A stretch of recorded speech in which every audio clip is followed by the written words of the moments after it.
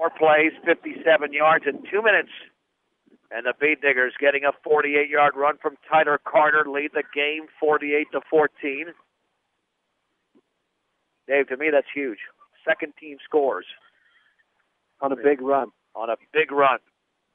Big plays tonight in this game. Godinez squibs that football, and it's fielded by Gentry at the 37. He runs into a blocker, and he gets another block, breaks the tackle at the 45, into the Beat Digger half of the field, across the 40, and he's down at around the 37. That's a return of 26 yards for Landon Gentry. That's been his specialty tonight because he had the 47-yard fumble return for a touchdown, in Platte Valley, with 2:26 to go in the game, will start in Beat Digger territory. When he fielded the ball, though, he fielded it running laterally. He wasn't going upfield. He was running sideways, and made it kind of hard for the Diggers to predict what kind of angle they needed to be at to make the tackle. And once he turned it upfield, then he started cutting back across the drain again. Nice heavy wind now. First and 10 for Platte Valley at the Brush 37. Haynes gun, and he will keep the football himself, run along the left sideline. Slips out of a tackle. He's out of bounds inside the 30.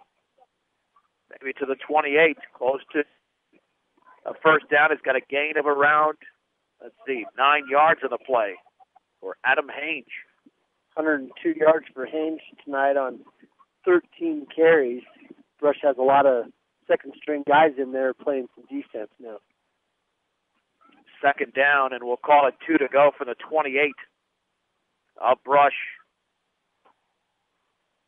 Haynes again in a shotgun. 2 receivers split to the left and right. And there's the give left side to Jake Neibauer. First down. He's at the 10 to the 5, and he's into the end zone for a touchdown along the left sideline. 28 yards away for Jake Neibauer. The Brush lead is at 48-20 with 2:16 to go in the game. We just ran right around the corner on the Diggers here in front of the Bronco bench. Diggers just didn't have a lot of people pursuing the ball and taking the right angles. Neibauer used the speed to run away from everybody. Extra point to be attempted by Bailey Collins. High snap, it's down, the kick is up, and he booms that football. It's good. 2:16 to go, fourth quarter. Brush 48, Platte Valley 21. This is 1010 KSIR and KSIR.com. Well, that was a 2-play, 37-yard drive in just 10 seconds. Jake Neibauer scored from 28 yards away. Platte Valley is on the scoreboard for the second time in the second half. Brush leads 48-21. This will be an onside kick, and that ball is loose. Platte Valley might have that one. It's still loose now. The Beat Diggers going to fall on it inside their own 40 to the 39. Good job by Brush. Well, there were major collisions out there, but the Beat Diggers fell on the football. Tanner Morrow fell on the football. Now there's a late flag. And that might go against Brush. I saw the official pointing in Brush's direction, and that will be unsportsmanlike against the Beat Diggers, so the football will be placed at around the 24-yard line to begin this drive with 2:12 to go in the game. Diggers had their hands team in there because they knew there was going to be an onside kick, and as soon as the Broncos kicked it, the front line of the Diggers kind of stood there and waited for the ball to get to them, and they needed to probably attack the ball a little bit more like you'd attack a pass in basketball to keep the other team from intercepting it. That's kind of what happened on that play. Platte Valley almost came up with the onside kick recovery. First and 10 for the Beat Diggers at their own 24-yard line. As Tormolen, the quarterback, sends Pablo Gill in motion to the right. Tormolen to hand it off right up the gut. A big hole this time. Down the left sideline to the 50. Down to the 40. Inside the 40 to the 30. And all the way down to the ball is stripped and picked up by Platte Valley at the 25-yard line. Returned the other way. Down to the 35. I think that was Chris Lee with a big run for Brush. It looked like he was going to find the end zone, but then he was taken down from behind for Lee. That was a run of 51 yards before he was stripped, so give Lee 51, and then picked up along the far sideline by the Broncos, and they started their own 35. I didn't even see who picked it up for Platte Valley. That's a good lesson for Chris. he's running down the field, but when those defenders start to close in on you, you have to protect the football. And Platte Valley just stole it away from him and ran back the other way. It gave the crowd a big laugh. Shotgun for Platte Valley, and now, boy, this game cannot end soon enough. Minute 56 to go. This fourth quarter is taking forever. And yeah, with Platte Valley having the football, they're going to try to score again.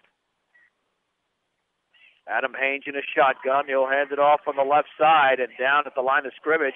And now we got a late flag as the tackle was made by Skylar Seawald. Adam Methel hold against Platte Valley. Reed Diggers, let's see if they take that penalty. I imagine they would. Back to the 25-yard line. Be first down and 20 to go for Platte Valley. And the official will wind the clock. With a minute 45 to go and Brush leading 48-21. Platte Valley calls a timeout, just what we wanted. No matter what your loan needs,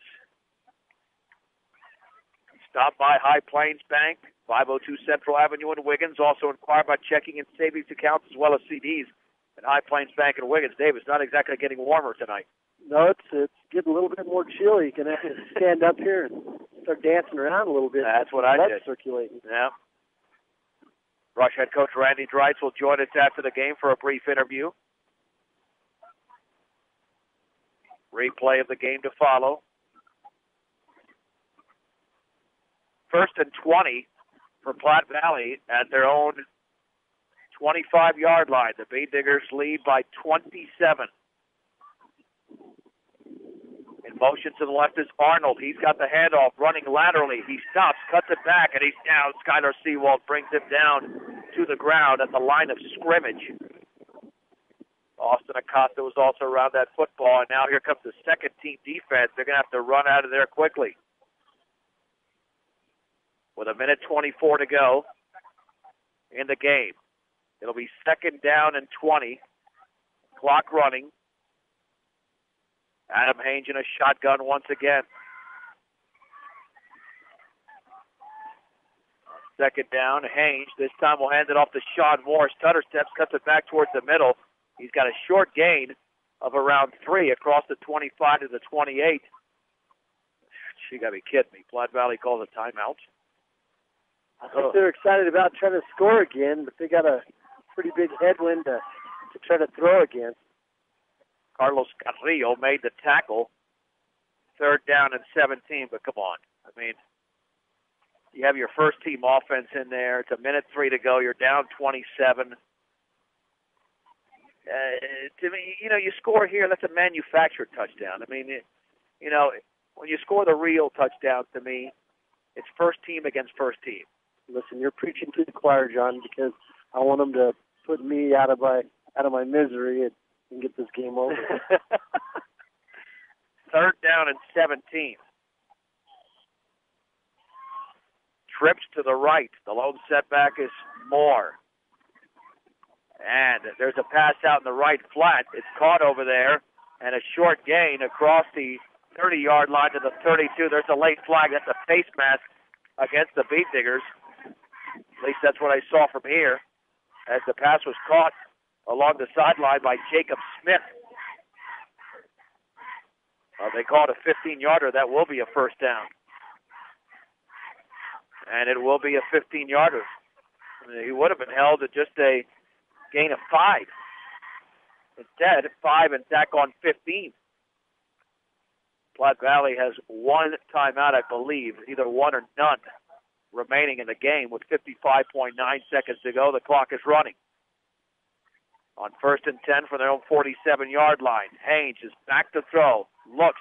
He throws it over the middle. That pass is going to be caught inside the 30 to the 29. It's a gain of 18. Sean Madison makes the catch. Platte Valley back up to the line of scrimmage. They might ground this ball. And that's exactly what Haynes does with 40.7 seconds to go. Haynes has had a good night in the air, 7 for 17, 90 yards. But I got to tell you, I'm really pleased with Coach Creighton's defense. He did a lot better job with their pass coverage. You saw a lot of the DBs most of the time were in the position they needed to be in, and they broke up a lot of passes just with good coverage. Second down and 10 to go for the Beet Digger 30. Brush leads 48-21 with 40.7 seconds to go. Come on, how about a turnover here, and then the Beet Diggers just take a knee. Well, that was a mess. A bunch of Broncos moving at the same time. They'll move the football back to the 35. It'll be make it second and 15. Starting to see a lot of folks in the crowd kind of throw their hands up and roll their eyes, wishing that. Yeah, there's no rhythm now. I mean, what does Platte Valley accomplish by scoring against the second team? Man in motion to the right is Smith on second and 15. Rolling to his right, setting up a screen to the left, and the pass is dropped by Sean Moore at the 37.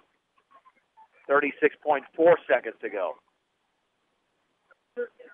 Beet Diggers will improve to 2-0 in league play, 4-1 overall. Platte Valley will drop to 1-1 in league play, and they'll be 2-2 on the season.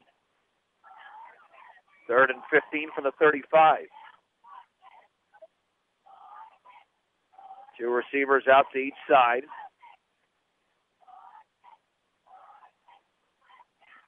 Arnold, check that. There's a pump fake by Haynes. He'll throw it over the middle. That pass is incomplete. Well short of the target at the 12-yard line, intended for Madison. 31.8 seconds to go. Fourth down and 15 for Platte Valley. One stop, and then the Beet Diggers can just take a knee. And a fourth quarter that has taken forever will come to an end. This is a 2.5-hour game already. One good thing for the Diggers, got a lot of guys out there on the field, a lot of junior varsity players, had some good action offensively and defensively. Usually in these kind of games, the JVs get to play offense. They don't usually get to play much defense. So good for them. Oh, no doubt. On fourth and 15, Haynes looking to throw. Pressure's coming. He's going to try to run out of it, and he's going to be taken down. Boy, that's an outstanding play. A shoestring tackle by Damon Miller, the 5'8", 185-pound junior. Back at around the 33-yard line. And the Beet Diggers take over with 25.3 seconds to go. Well, that was a great play there by Damon. Haynes is quick. Just dove in there and grabbed him by the ankles, and that was a good play. That's something the first string had a hard time doing tonight. Yeah, no doubt, against Haynes. So, one play and we'll get out of here. At least, not immediately. We'll have the post game coming up. Mitch Tormolen will take a knee momentarily. And the Beet Diggers win the game tonight over the Platte Valley Broncos, 48-21. We'll take a break and come back with a recap on 1010 KSLR and KSLR.com.